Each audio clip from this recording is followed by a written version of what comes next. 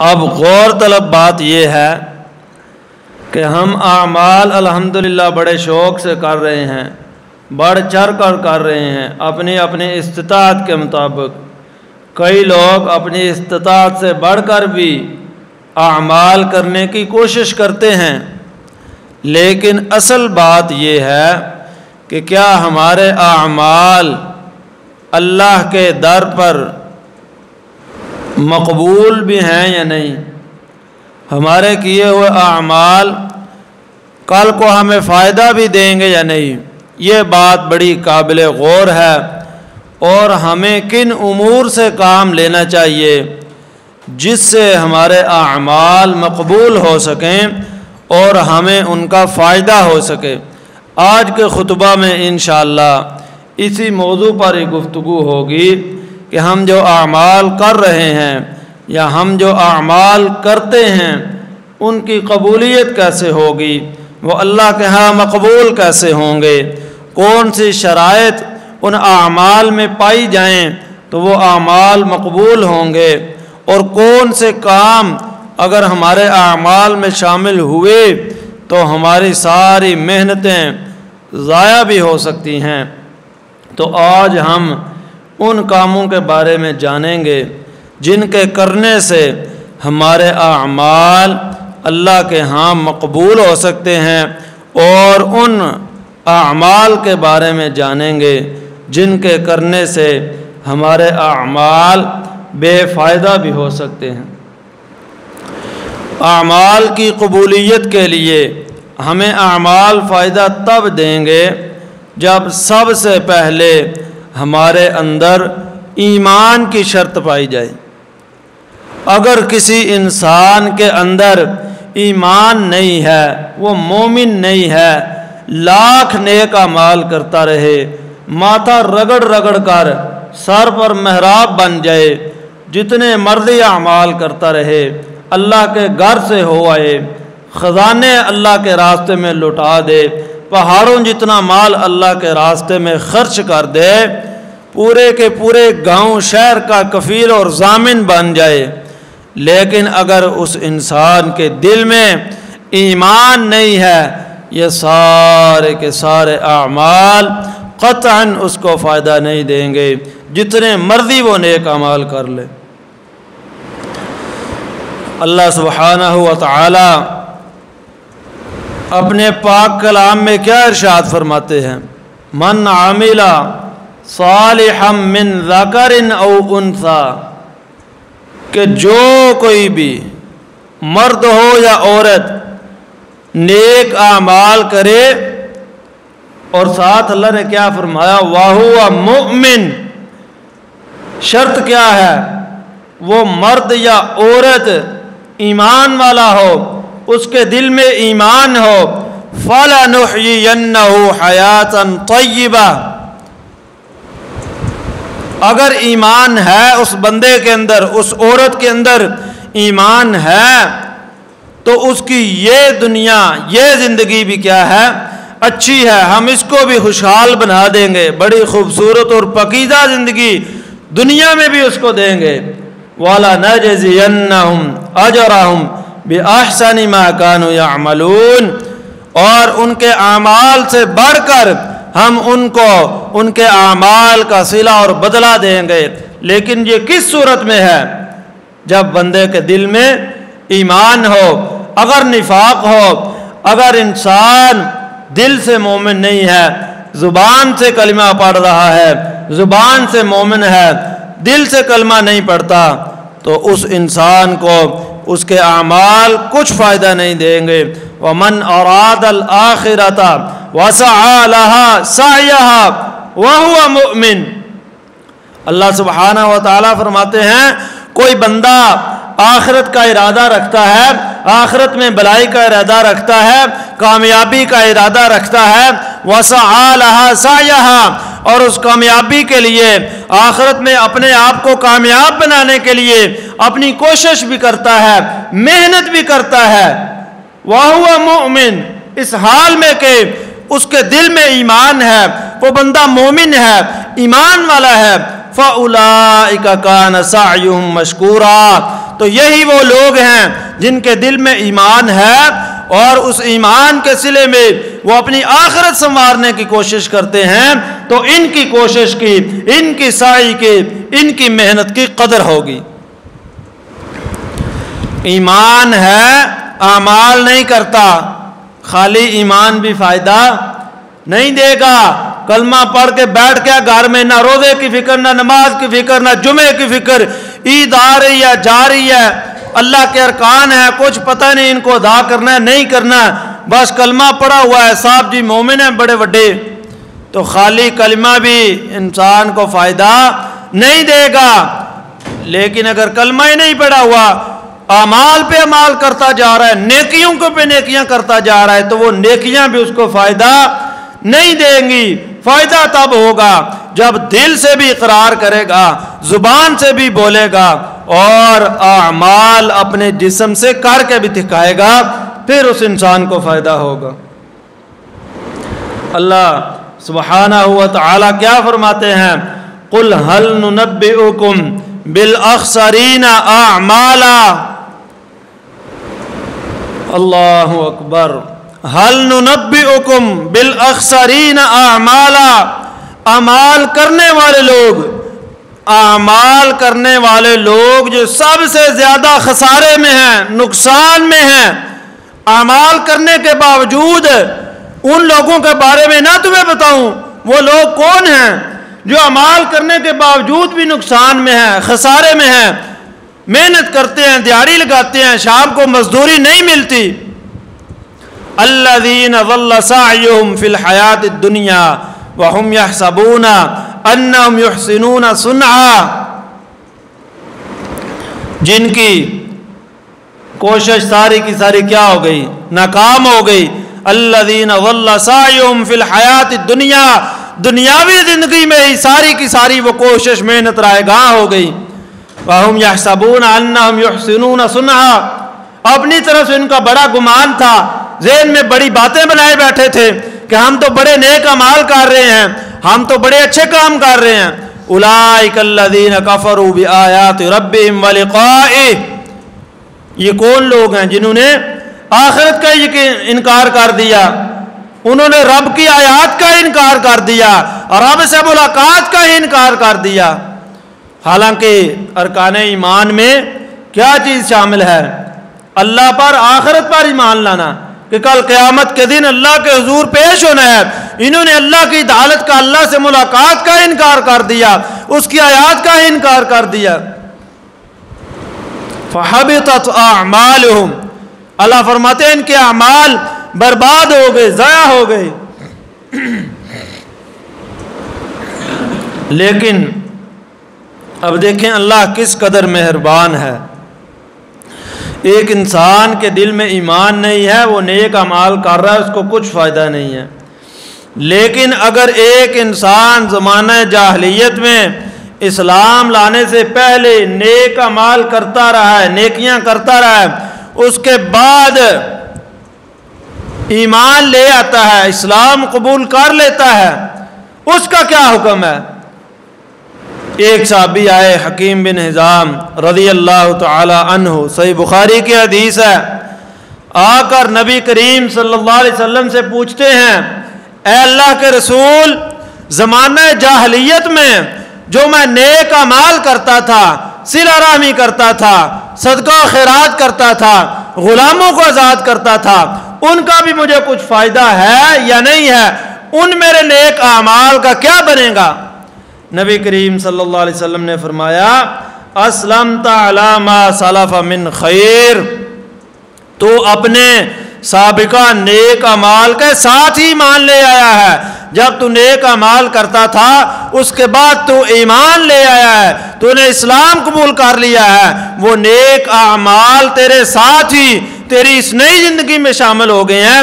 اللہ سبحانہ و تعالی اپنے فضل و کرم سے تجھے ان سابقہ نیک اعمال کا بھی جو تو نے جاہلیت کے دور میں کیے ان کا بھی فائدہ دے گا۔ لیکن اگر ایمان نہیں لاتا، ساری زندگی اعمال کرتا رہے، اس کو فائدہ نہیں ہوگا۔ پہلی چیز کیا ہے؟ اعمال کی قبولیت کے لیے ایمان ضروری ہے. اگر ایمان نہیں ہے تو اعمال کا فائدہ نہیں ہوگا. دوسری چیز، اعمال میں اخلاص ضروری ہے. اخلاص کیا ہے؟ اعمال خالصتاً اللہ کی رضا کے لیے، اللہ کی عبادت سمجھتے ہوئے، اللہ کی خوشنودی کے لیے، اللہ کی رضا کے لیے کیے جائیں کہ میں یہ اعمال صرف اور صرف اللہ کے لیے کر رہا ہوں. وما امروا الا ليعبدوا الله مخلصین لہ الدین. لوگوں کو کس بات کا حکم دیا گیا؟ الا ليعبدوا الله مخلصین لہ الدین. اللہ کی عبادت کرنی ہے اسی کے لیے، دین کو خالص کرتے ہوئے کہ یہ دین اللہ کا ہے، یہ اسلام اللہ کی طرف سے ہے، اور یہ اعمال بھی خالصتاً اسی رب کی رضا کے لیے کیے جائیں گے. فاعبد اللہ مخلص اللہ الدین. اللہ نے اپنے پیغمبر کو بھی کہا ہے کہ اللہ کی عبادت کرنی ہے اسی کے لیے، دین کو خالص کرتے ہوئے. اور اللہ سبحانہ و تعالی نے انسان کے ظاہری حیت، شکل و صورت نہیں دیکھنی کہ بندہ بڑا خوبصورت ہے، بڑا قد کاٹ والا ہے، مال و دولت والا ہے، بڑے حسن و جمال والا ہے. نہیں، اللہ کو یہ چیز نہیں چاہیے. ان اللہ لا ينظر الى اجسادکم ولا الى صورکم. اللہ تمہارے یہ جسم نہیں دیکھتا، تمہاری صورتیں نہیں دیکھتا. ولکن ينظر الى قلوبکم واعمالکم. اللہ تمہارے دل دیکھتا ہے، تمہارے اندر جھانکتا ہے، تمہارے دل میں کیا ہے، تیرے سینے میں کیا ہے، تیرے اعمال کیسے ہیں. انا خلقناکم من ذکر وانثى وجعلناکم شعوبا وقبائل لتعارفوا. آج جو تم ذات پات کے لحاظ سے ایک دوسرے پر ایک دوسرے کو برتری دیتے ہو، یہ میرے رب نے برادریاں، یہ ذات پات تعارف کے لیے، پہچان کے لیے بنائے ہیں. ان اکرمکم عند اللہ اتقاکم. اللہ کے ہاں باعزت شخص تقوی والا ہے، جس کا دل صاف ہے، جس کے دل میں رب کا خوف اور ڈر ہے. تو اگر اعمال میں اخلاص نہ ہو، خالصتاً وہ عمل اللہ کے لیے نہ کیا جائے، وہ عمل بھی انسان کو فائدہ نہیں دے گا، ایسا عمل بھی قابل قبول نہیں ہوگا. تیسری بات، ہم نے جو عمل کرنا ہے، جو بھی ہم نے نیک کام کرنا ہے، وہ کیا ہو؟ سنت کے مطابق ہو، شریعت کے مطابق ہو، نبی کریم صلی اللہ علیہ وسلم کی تعلیم کے مطابق ہو. لاکھ ہم نیک عمل کرتے رہیں، لاکھوں نیکیاں کرتے رہیں، لیکن وہ نیکی نبی کریم صلی اللہ علیہ وسلم کی تعلیمات میں نہیں ہے، آپ نے وہ نیکی نہیں سکھائی، یا ہم اس طریقے سے وہ نیکی کر رہے ہیں جو طریقہ میرے نبی نے نہیں بتایا، تو وہ نیکی انسان کو فائدہ نہیں دے گی. کیوں؟ میرے پیغمبر کی حدیث ہے، من عمل عملا لیس علیہ امرنا فہو رد. جو شخص بھی کوئی بھی نیک عمل کرتا ہے، ساتھ اللہ کے رسول نے صرف عمل کا نہیں کہا کہ بندہ کوئی عمل کرتا ہے، فرمایا کوئی نیک عمل کرتا ہے. کیوں؟ آج آپ کو یہ باتیں کثرت سے سننے کو ملیں گی. او بھائی نیک ہی کام کر رہا ہے نا، اور نیکی دا ہی کام کرتا ہے نا، پیا کوئی پیڑا کام کر رہا ہے. اگر بندہ کسی کو کہے کہ بھائی یہ عمل نہ کرو، یہ ہمیں قرآن و سنت سے نہیں ملتا، تو ہمیں آگے سے سننے کو کیا جواب ملتا ہے؟ او بھائی نیک ہی تو عمل کر رہا ہے، اچھا ہی کام کر رہا ہے نا، کوئی برا کام تو نہیں کر رہا. تو اللہ کے پیغمبر کیا فرما رہے ہیں؟ من عمل عملا لیس علیہ امرنا. جو بھی بندہ کوئی بھی ایسا کام کرتا ہے جس پر ہماری مہر نہیں ہے، ہمارا حکم نہیں ہے، میں نے وہ عمل نہیں سکھایا، فَهُوَ رَدٌّ، وہ عمل مردود ہے، اس انسان کو اس عمل کا کک فائدہ نہیں ہوگا۔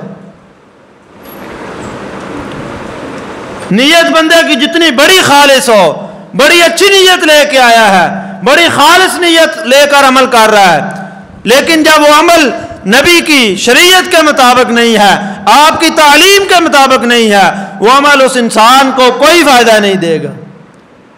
آئیے اسی کی مثال بھی نبی کریم صلی اللہ علیہ وسلم کی حدیث سے سنتے ہیں۔ صحیح بخاری کی حدیث ہے، جا ثلاثۃ رہط، تین قسم کے لوگ آئے نبی کریم صلی اللہ علیہ وسلم کی ازواج کے پاس آئے، آپ کی بیویوں کے پاس، عائشہ رضی اللہ تعالی عنہا کے پاس آئے، آ کر نبی کریم صلی اللہ علیہ وسلم کی عبادت کے متعلق سوال کرنے لگے۔ آپ کی عبادت کیسی ہے، آپ کا معمول کیا ہے؟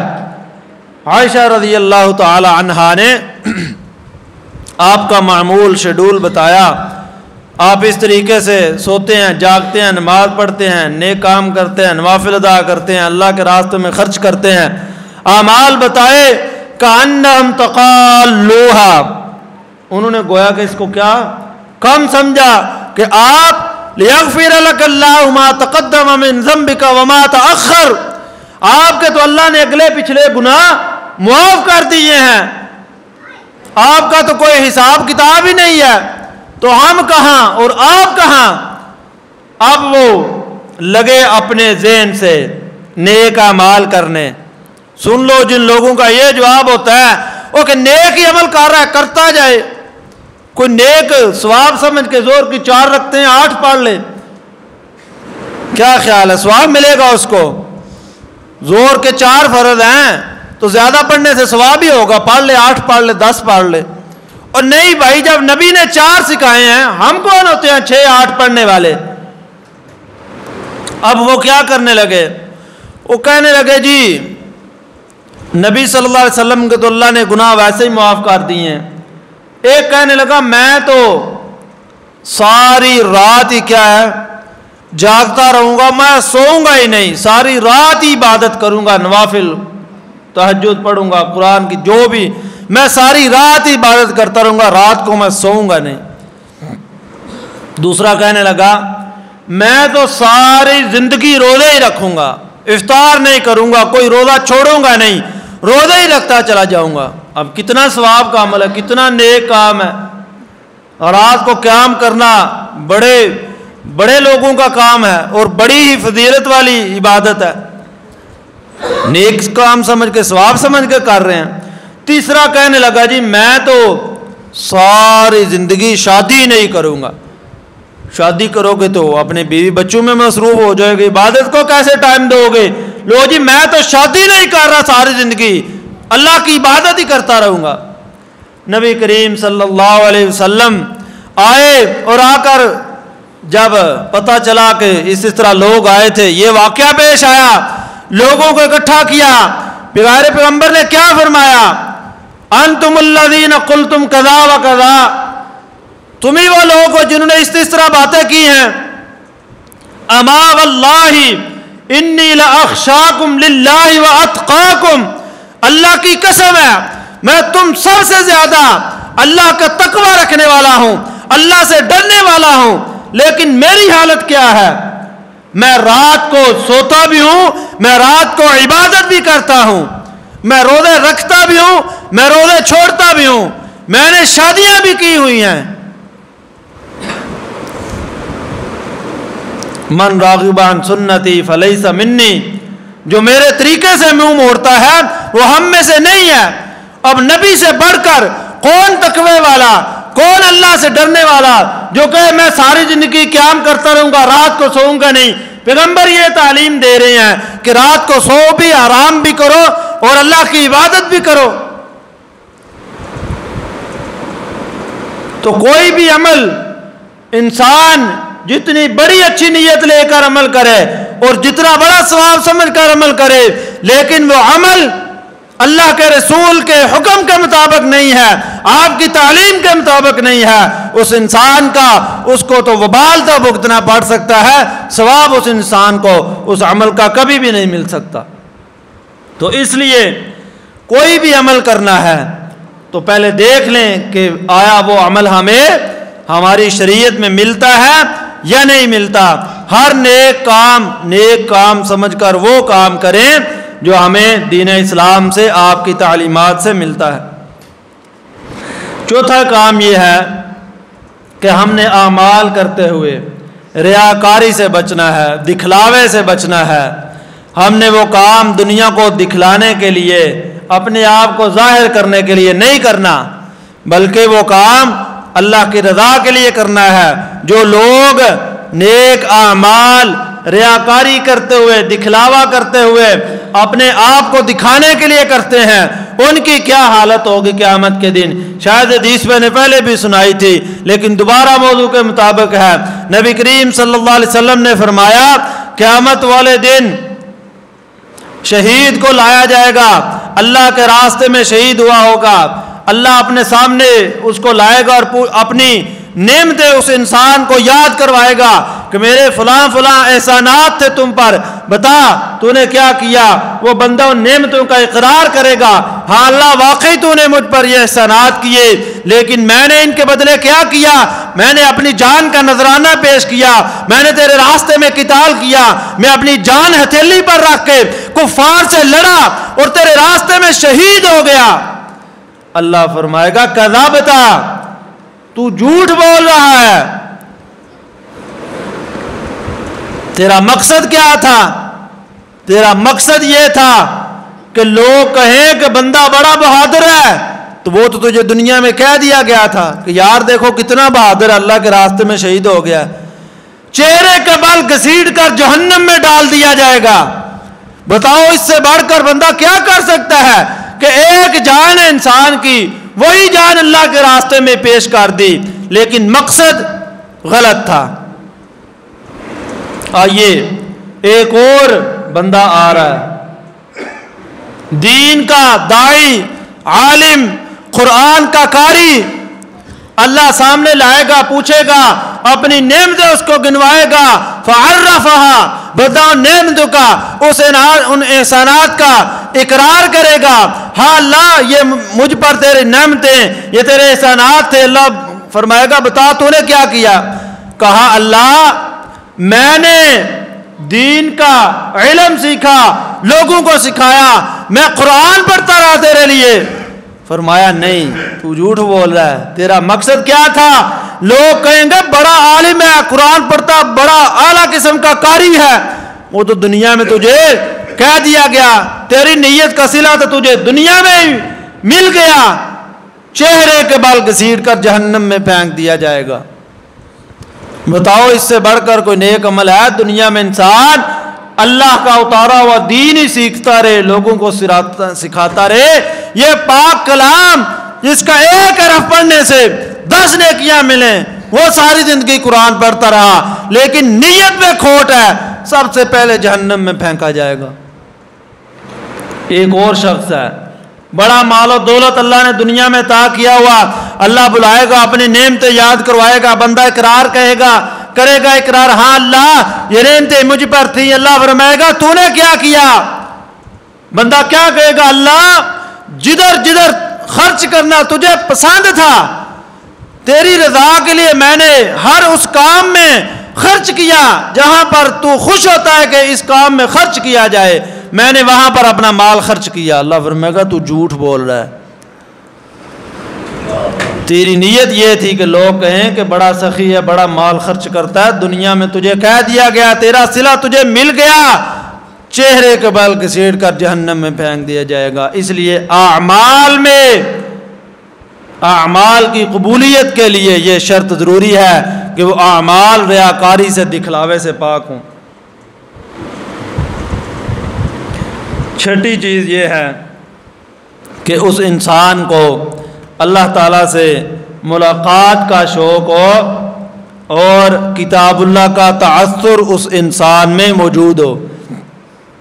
بندہ وہ اعمال کرتا ہے تو وہ اعمال اس نیت سے کرتا ہے کہ میں نے یہ عمل کر رہا ہوں، میں یہ اعمال کر رہا ہوں، کل قیامت کے دن میں اپنے رب سے ملاقات کروں گا اور ان اعمال کا صلہ مجھے دیا جائے گا۔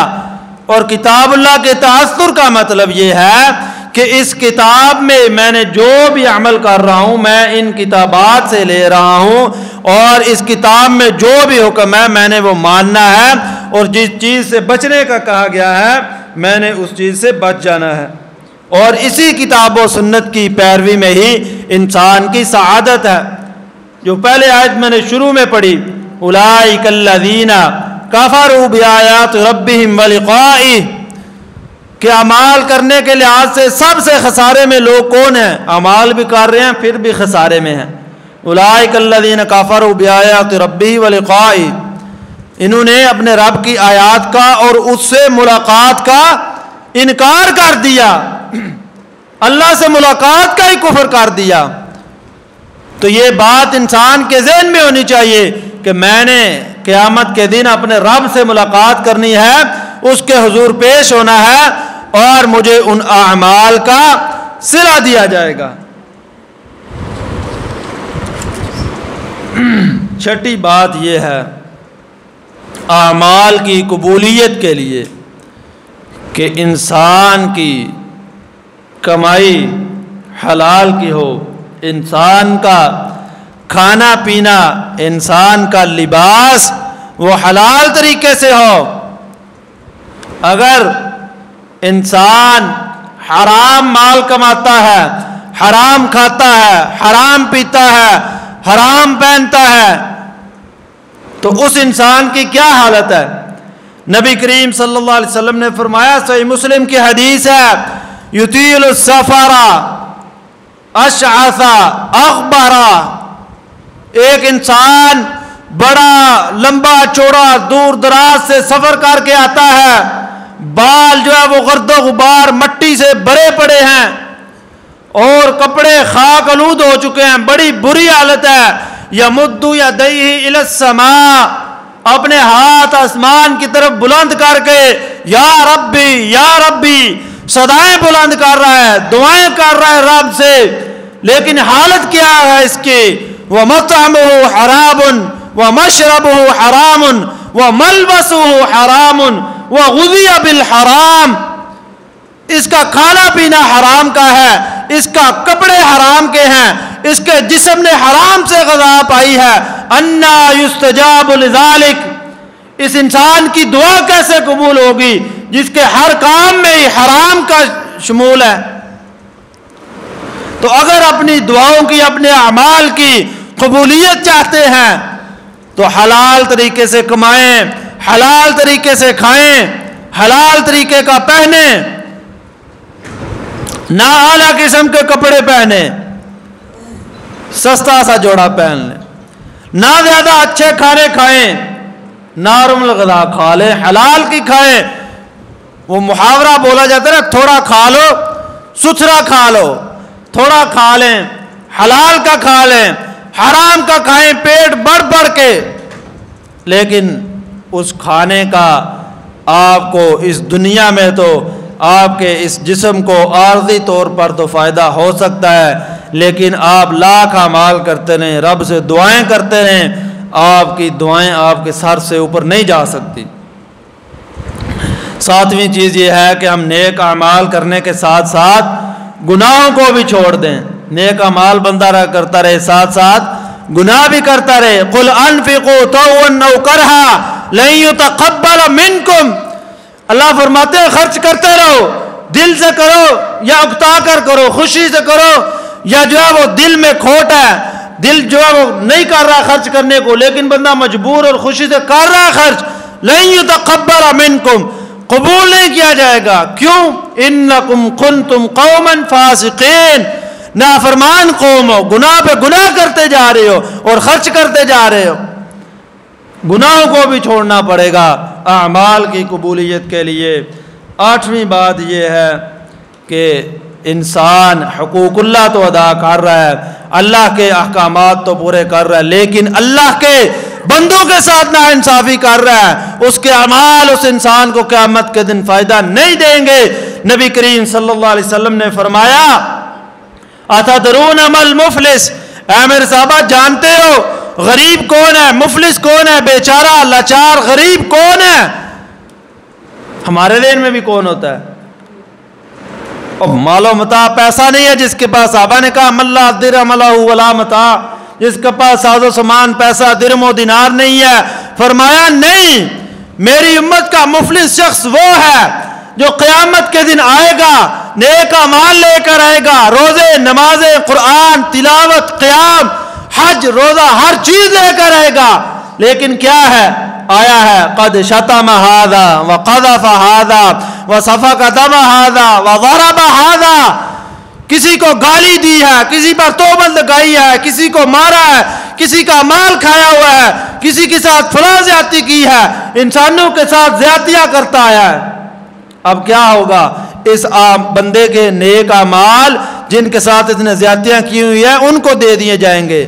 لوگوں کی لسٹ بڑی لمبی ہے، اعمال اللہ دے رہا ہے، فرشتے دے رہے ہیں، اعمال نیک ختم ہو جائیں گے، لیکن جن کے ساتھ زیادتیاں کی ہوئی ہیں وہ لوگ ابھی بھی باقی ہیں۔ پھر کیا ہوگا؟ پھر جن کے ساتھ ان نے زیادتی کی ہے اس کے گناہ اس بندے کے کھاتے میں ڈال کر اس کو جہنم میں پھینک دیا جائے گا۔ تو اپنے اعمال کا اگر فائدہ چاہتے ہیں تو اپنے پڑوسیوں سے، گلی محلے والوں سے اچھا سلوک کریں، کسی کے ساتھ زیادتی نہ کریں۔ تو اسی لیے انسان کو اس کے اعمال فائدہ دیں گے جب بندہ حقوق اللہ کے ساتھ ساتھ حقوق العباد بھی پورے کرے گا۔ اللہ سبحانہ و تعالی ہمیں صحیح معنوں میں قرآن و سنت پر عمل کرنے کی توفیق عطا فرمائے، اور اللہ ہمارے اعمال کو قبولیت سے نوازے۔